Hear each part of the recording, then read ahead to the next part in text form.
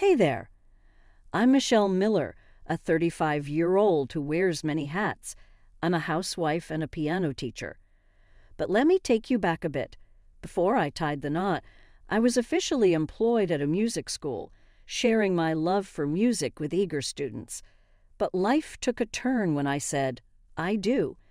Instead of waving goodbye to my passion for piano, I decided to bring the melodies right into my home. Balancing between household chores, taking care of the kids, and teaching piano became my daily jam. Now let me tell you about Bob. We crossed paths at a charity concert, thanks to my job at the piano school. Bob wasn't exactly a pro at his role, but his charm won over the venue staff, making negotiations a breeze. As we headed home from the after-party, Bob boldly asked for my number, and the rest is history. Our relationship bloomed, and we exchanged vows on our 3rd anniversary. Fast forward a bit, and now we're proud parents of 2 adorable kids. Interestingly, our son is Bob's mini-me, while our daughter takes after yours truly. They say daughters usually resemble their dads and sons their moms, but in our case, it's the opposite. We used to joke about that. We were a very close-knit family, always going shopping together. However, once our children started elementary school, Bob began acting strange. I'll be home late again. You've been busy lately, haven't you?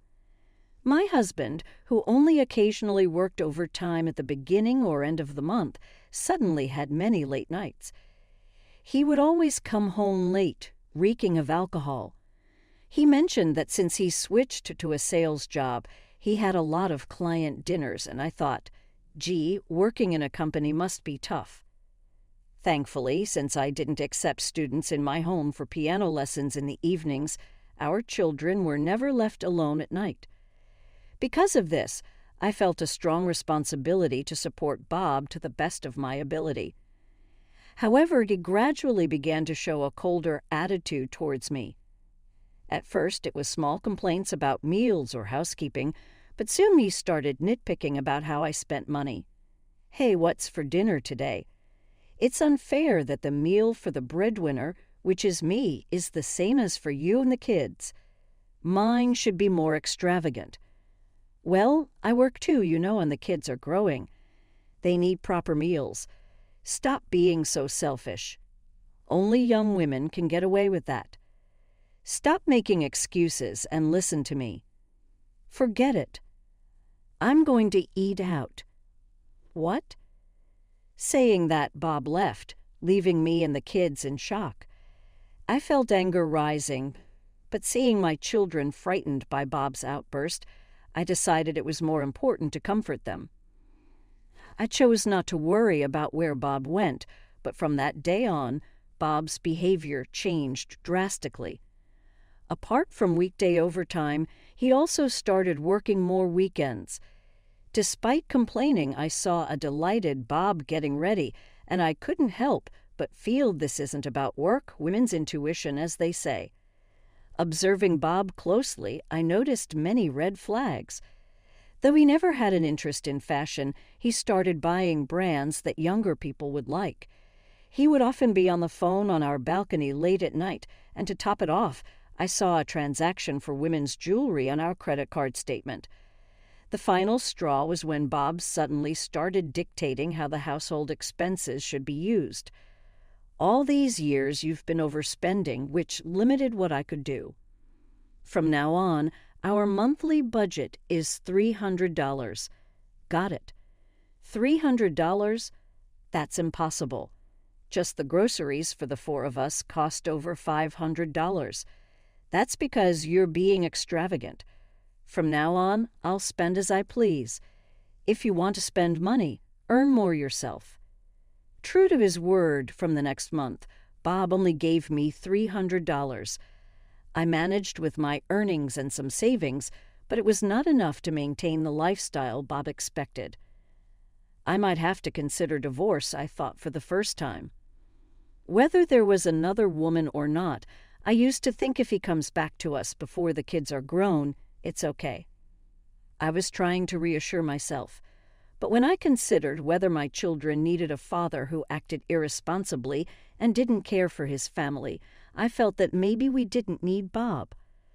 I was still a bit hesitant, but one day an event happened that made me decide on a divorce. Would you shut up?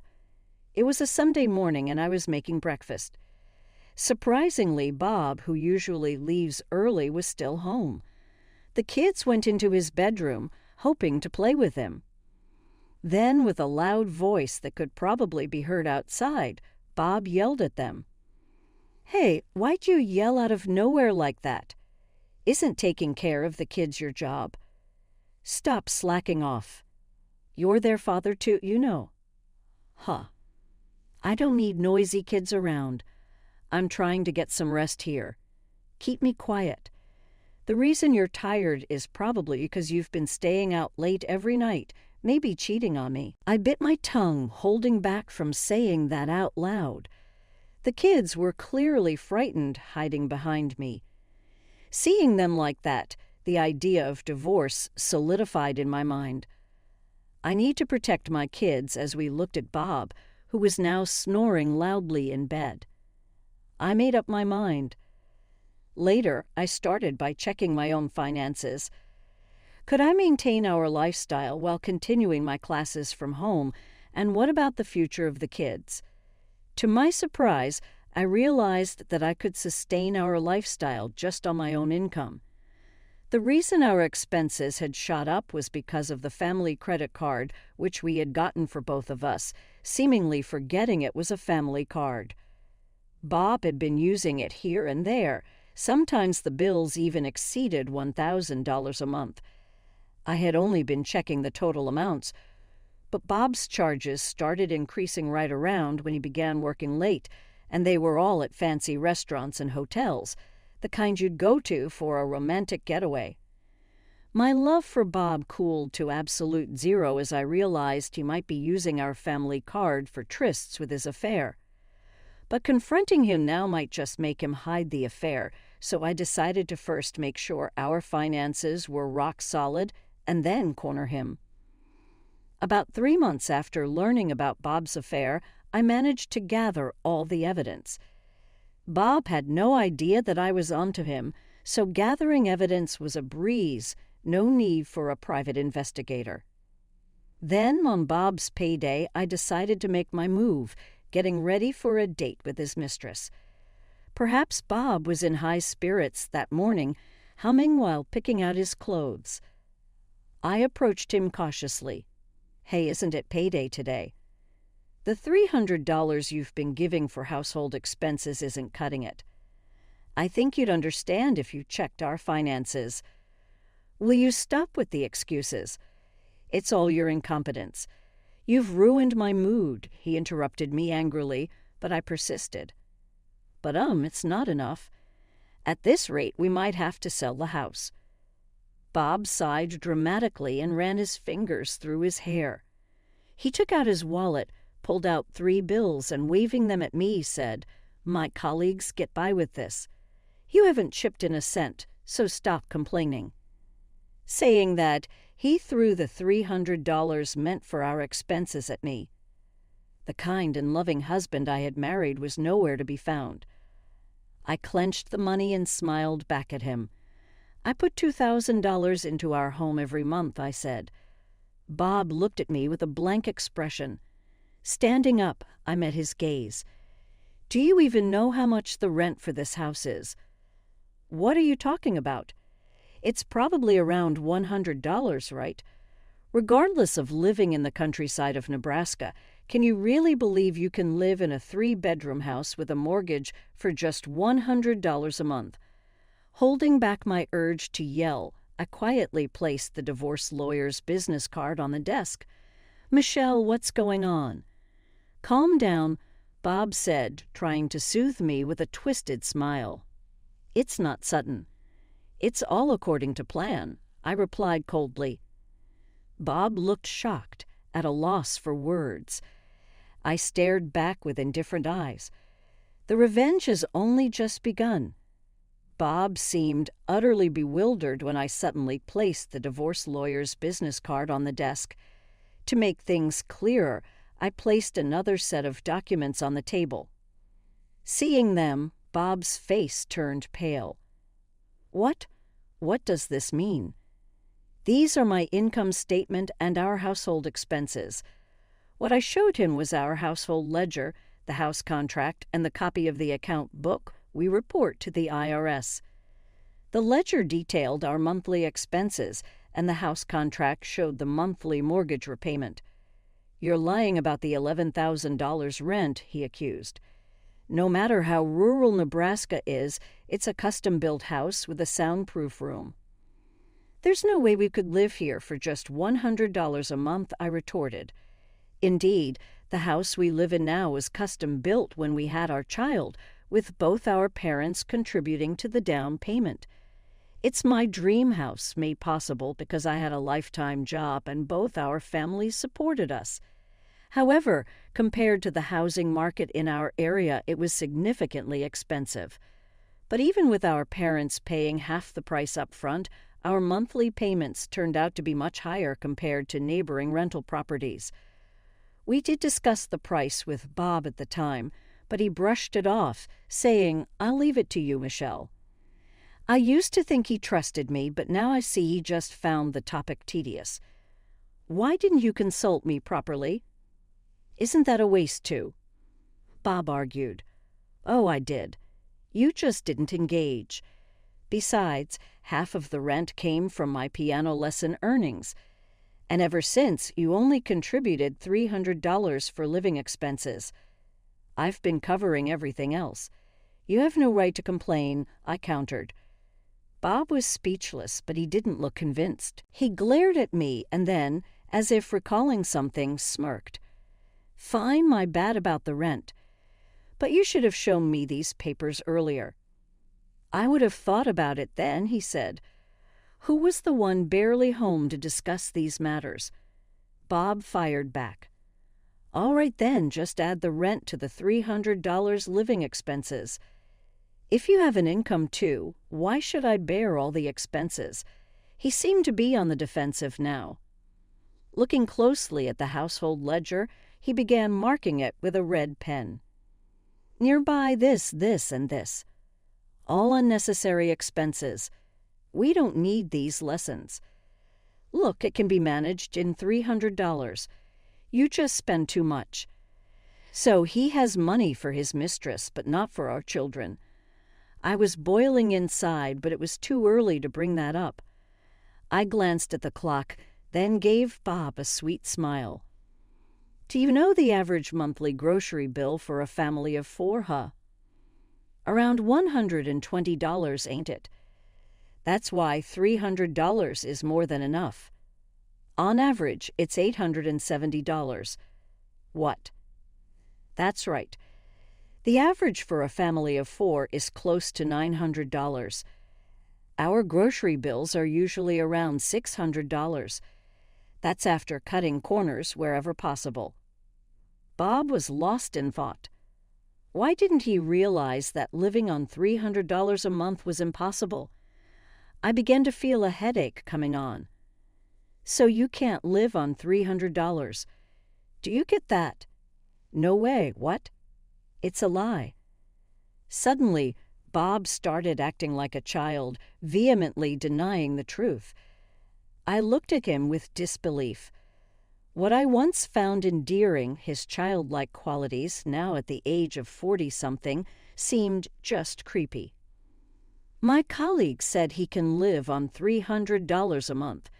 You must have altered the numbers."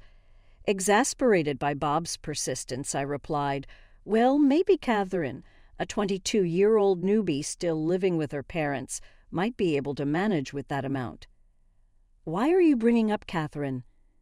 The mention of the woman's name seemed to have caught Bob off guard. His confidence vanishing, with a cold sweat forming, he stood still. I laid out a few pictures and credit card statements on the table for Bob to see. Catherine Smith, 22, lives with her working dad at a major company and her stay-at-home mom.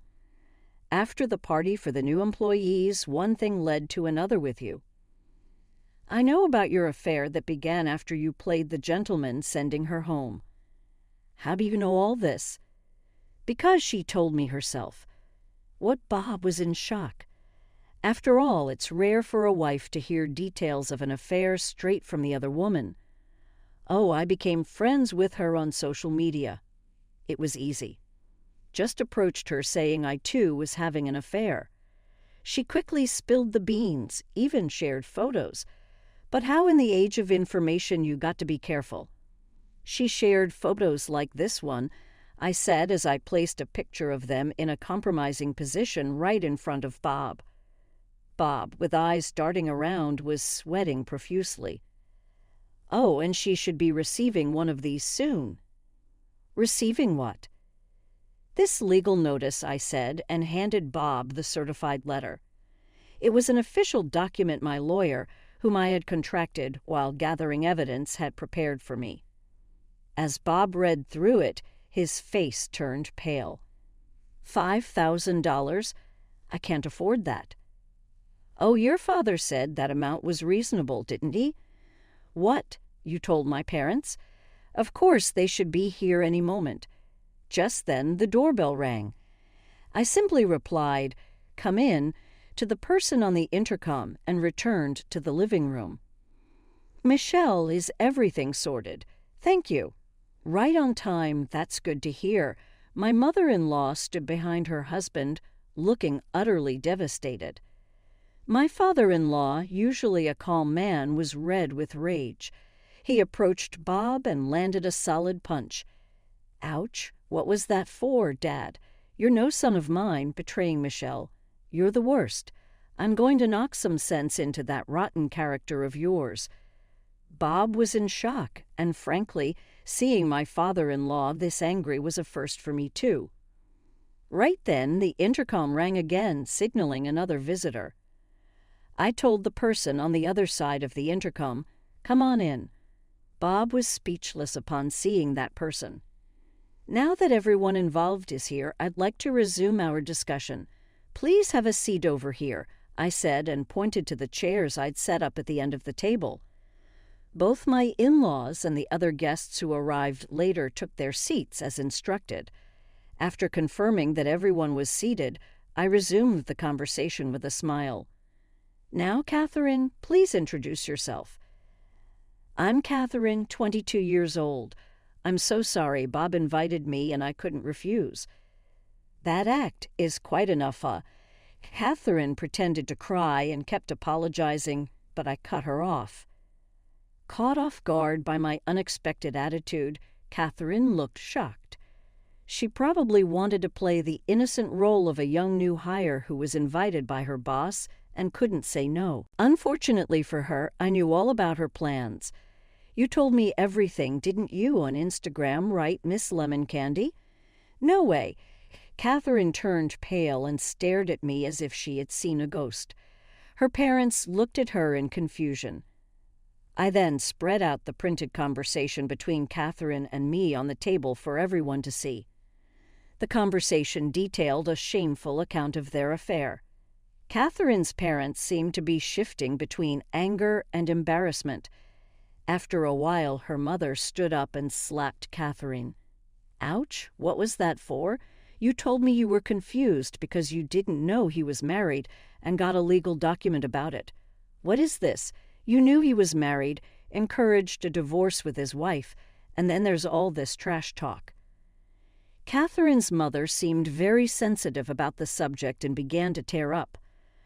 I did feel a bit sorry for her, but it was a mess her daughter had gotten into.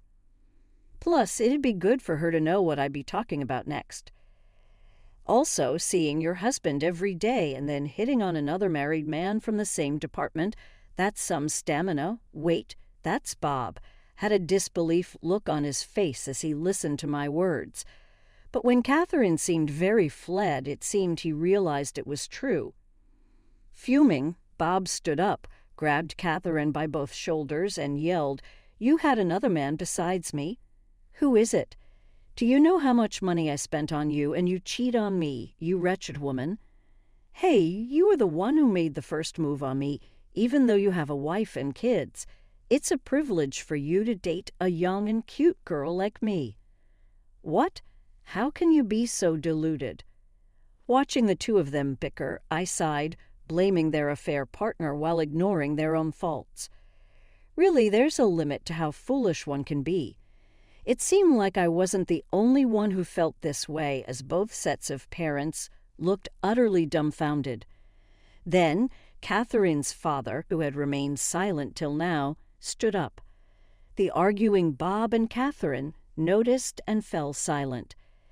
Catherine's father began speaking slowly. "Michelle, I deeply apologize for everything. We want to cover the damages for emotional distress. We know a dairy farmer looking for help, and we'll send Catherine there to work off the debt. She won't leave that place until she pays us back in full, and we won't be providing any assistance. I don't think this makes up for everything, but does this solution work for you? I'd rather not have her name appearing in my bank account every month, so I appreciate your offer. Whether you cut ties with her is up to you." Catherine's father left with Catherine and her mother. As soon as I felt a sense of resolution regarding Catherine, the front door closed, and Bob said something surprising. "Hey, Catherine had me fooled. So, can we start over? I'll do whatever you say." "That's fine. I can't stand being with you anymore. Let's get a divorce, and of course I'll be seeking child support and division of assets." "What? No way." Bob looked dejected as he slumped back into his chair. My father-in-law forcefully dragged Bob out of the house and took him back to their family home.